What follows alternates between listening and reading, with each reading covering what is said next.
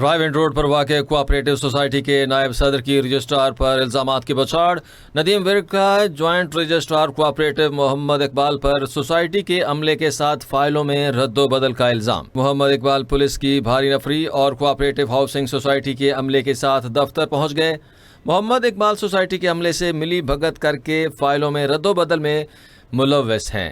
Nadeem work کا الزام ہے کہ سوسائٹی کا فورینزک آڈٹ رجسٹرار نے اپنا اثر و رسوخ استعمال کرتے ہوئے رکوا دیا۔ جوائنٹ رجسٹرار منتخب عہدیداروں کی جگہ من پسند افراد کو شامل کر کے لوٹ مار کرنا چاہتے ہیں۔ ندیم ورک ہمارے ساتھ موجود ہیں تفصیلات کے ساتھ۔ جی ندیم ورک، بتائیے گا تفصیلات۔ اس وقت رات کے تقریباً 10 بج رہے ہیں اور سوسائٹی کے آفس کو باہر سے تالے لگا کے اندر وہ ریکارڈ میں رد و بدل میں مصروف ہے۔ یہ اس وقت 2 گاڑیوں میں بیگ لے کے آئے ہیں جو کہ بڑے بڑے بیگ تھے جس میں فائل تھی، وہ فائلز اندر لے کے گئے۔ ان سے سوال یہ بنتا ہے کہ اس وقت رات کی اس پہر یہ ریکارڈ کہاں سے لے کے آئے جو کہ اندر ریکارڈ کا حصہ بنانا چاہ رہے ہیں۔ ممبران باہر اکٹھے ہو چکے ہیں جو کہ شدید احتجاج کر رہے ہیں۔ 15 پہ کال متعدد کالز کی گئی ہیں، پولیس کو وہ موقع پر نہیں آ رہی۔ وہ جو بیگ اندر لے کے گئے ہیں ان کو وہ بیگ برآمد کیے جا سکتے ہیں، اور جو ادھر سی سی ٹی وی کیمرہ لگے ہوئے ہیں ان کیمرہ کی فوٹیج سے یہ چیز پتہ چل سکتی ہے یہ کیا چیز اندر لے کے آئے ہو۔ تو اس لیے لہٰذا اس پہ فوری ایکشن کی ضرورت ہے،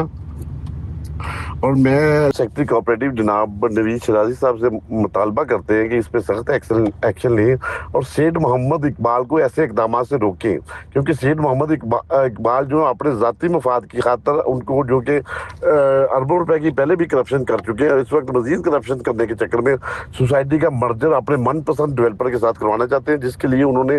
انتظامیہ کو بلیک میل کیا اور انتظامیہ کے خلاف جعلی اشتہار بازی جس میں اربوں روپے کی کرپشن کا الزام لگایا گیا، اور اس کے بعد انتظامیہ کو صرف ریکارڈ آڈٹ فرم کو ریکارڈ نہ دینے کی بنیاد پر سپرسیڈ کر دیا گیا، جبکہ آڈٹ فرم کو ریکارڈ نہ دینے کی بنیاد پر سپرسیڈ نہیں کیا جا سکتا۔ اور اصل میں حقیقت یہ ہے کہ جو انتظامیہ تھی وہ آڈٹ فرم کو بروقت ریکارڈ دے چکی تھی اور آڈٹ فرم نے 85% مرجر کمپلیٹ کر لیا تھا۔ اور سیٹ محمد اقبال نے ان سے جب پوچھا کہ اس وقت مرجر کی کیا اس کی آڈٹ کی کیا صورتحال ہے، تو جناب آڈٹ فرم نے ریٹن میں ان کو بتایا کہ ہم 85%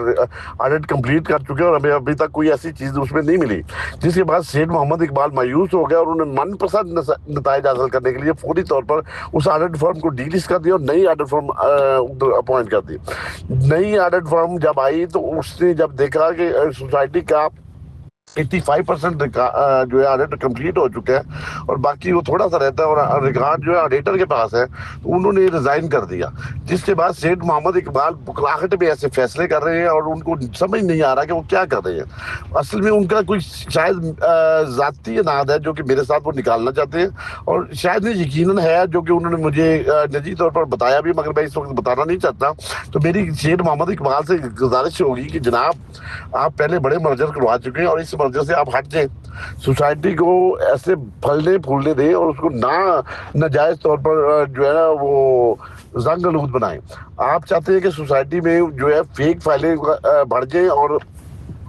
جو کہ آپ پہلے بھی اس میں شامل کر چکے ہیں، اور اس کا جو ہے نا آپ کے من پسند نتائج حاصل کیے جا سکے۔ جناب سیٹ محمد اقبال صاحب ایسے جو ہے ووٹوں سے مرجر نہیں ہو سکتا، کیونکہ جعلی ووٹ آپ کریٹ کر رہے ہیں۔ آپ سے گزارش یہ ہے کہ آپ تحمل کے ساتھ اور دل پہ پتھر رکھ کے سوسائٹی کا یہ مرجر